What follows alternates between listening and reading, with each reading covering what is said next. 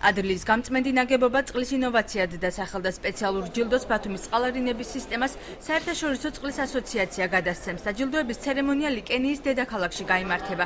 მუნიციპალიტეტისა და ბათუმის წყლის ხელმძღვანელობა აფრიკაში დღეს ბათუმის საერთაშორისო აეროპორტიდან გაემგზავრა.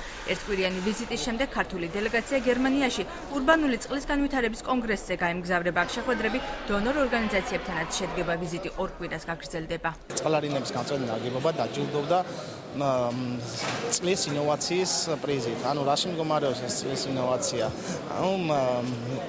განხორციელებული ინვესტირებასთან მიმართებაში არის ეფექტური აღნიშნული გამწმენდი ნაგებობა. აქედან გამომდინარე მოხდა ჩვენი გამწმენდი ნაგებობის დაჯილდოება. დაჯილდოება მოხდება კენიის დედაქალაქ ქალაქ ნაირობში. ამასთანავე პარალელურად იმართება და მიწვეული ვართ საერთაშორისო წყლის ასოციაციის მიერ ორგანიზებული საერთაშორისო კონგრესი ურბანული წყლის განვითარების შესახებ. დაჯილდოებას ამ ყველა ცერემონიას ატარებს წყლის საერთაშორისო ასოციაცია, რომელიც მსოფლიო მასშტაბით მოქმედებს.